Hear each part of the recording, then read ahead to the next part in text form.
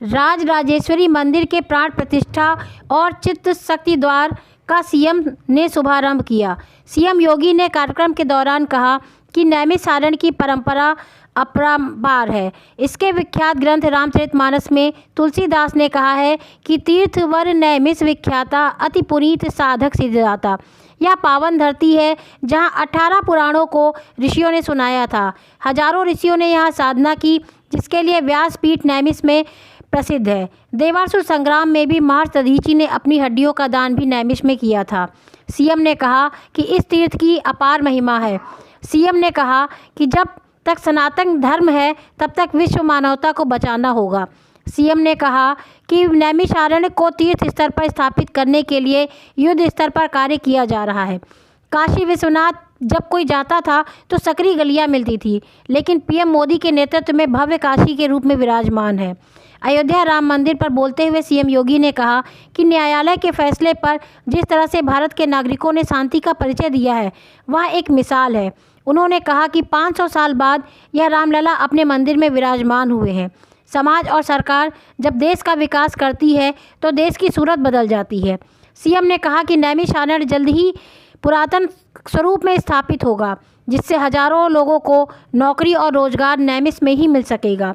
अयोध्या राम मंदिर निर्माण के दौरान लोगों की नकारात्मक देखने को मिली, लेकिन राम मंदिर स्थापना के बाद अयोध्या के व्यापारियों में व्यापार 1.5 गुना तक बढ़ गया है। सीएम ने उदाहरण देते हुए नैमिष विकास पर जोर दिया। सीएम ने कहा कि देश हमारे लिए सबसे पहले है, हमें देश के लिए साधन के साथ काम करें।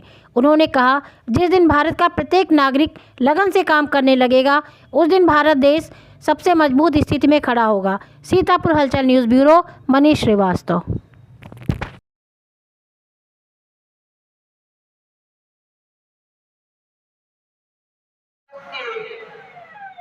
ऊपर जिनकी महती कृपा बरसती रहती है, ऐसे पूज्य चरण श्री स्वामी जी महाराज, जिनकी पावन सन्निधि में महाराज राजेश्वरी सुंदरी पराम्मा भगवती का यह दिव्य मंदिर और उस मंदिर के अंदर विराजित श्री करने के पश्चात कुछ ही पल में इस मंच पर हम आप अनेकों संत महापुरुषों के दर्शन प्राप्त करेंगे। हमारा आपसे एक ही अनुरोध है कि आप पूरी श्रद्धा से और पूरे विवेक से जिस तरह का सहयोग आप प्रदान कर रहे हैं, इसके प्रति आप सबको बहुत बहुत धन्यवाद भी है। इसी प्रकार सहयोग बनाए रखिए और अपने अपने स्थान पर विराजित रहिए। इस कार्यक्रम में आए हुए हमारे स्थानीय सभी पत्रकार बंधुओं का, आए हुए सम्मानित सभी नैमिषारण्य के संतों महात्माओं का और इस कार्यक्रम में पधारे हुए सुदूर से भी जो सम्मानित सदस्यगण आए हैं, आप सभी का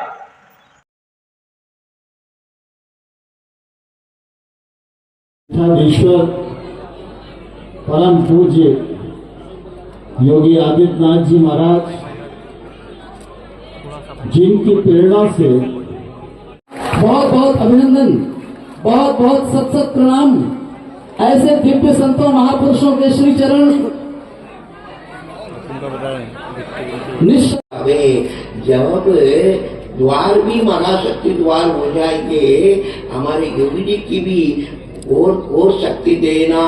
ऐसी नैमिष का इन 88,000 ऋषियों से और मनुष्य की भी तपस्या करे। जगदम्बा ललिताम्बा, ये ललिता पीठ है और चक्र तीर्थ है, ये सभी दिव्य शक्तियों से और तद्री ऋषि, ये ऐसे कई ऋषियों का ही तपोभूमि है।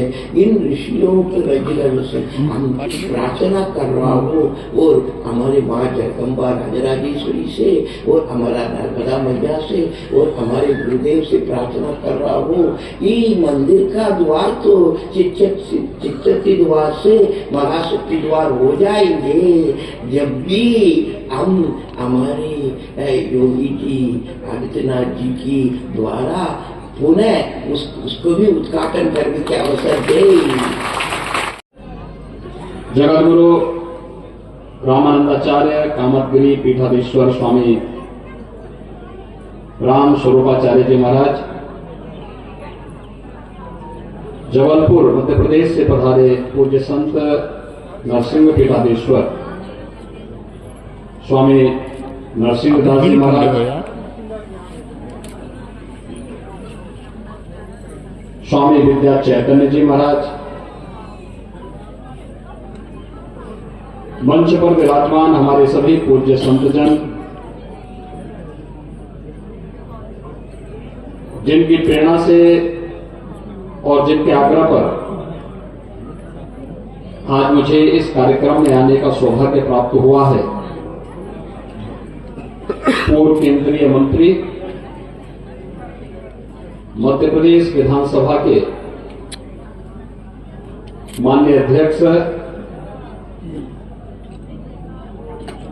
माननीय श्री नरेंद्र सिंह तोमर जी, हमारे लोकप्रिय सांसद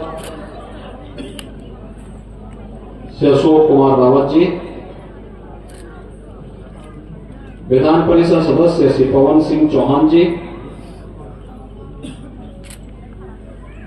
माननीय विधायकगण श्री रामकृष्ण भार्गव जी, ज्ञान तिवारी जी, मनीष रावत जी, निर्मल कुमार वर्मा जी, जिला पंचायत के अध्यक्ष श्रीमती श्रद्धा सागर जी,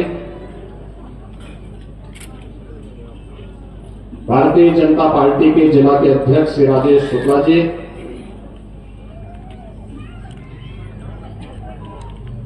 मध्य प्रदेश सरकार के पूर्व मंत्री श्री रामपाल सिंह जी, इस धार्मिक समागम में यहां पर उपस्थित सभी श्रद्धालुजन, देश के अलग अलग कोने से आए हुए सभी उपस्थित बहनों और भाइयों, आज हम सबका सौभाग्य है कि उत्तर प्रदेश की इस धरती पर और खासतौर पर नैमिषारण्य की पावन धरा पर श्री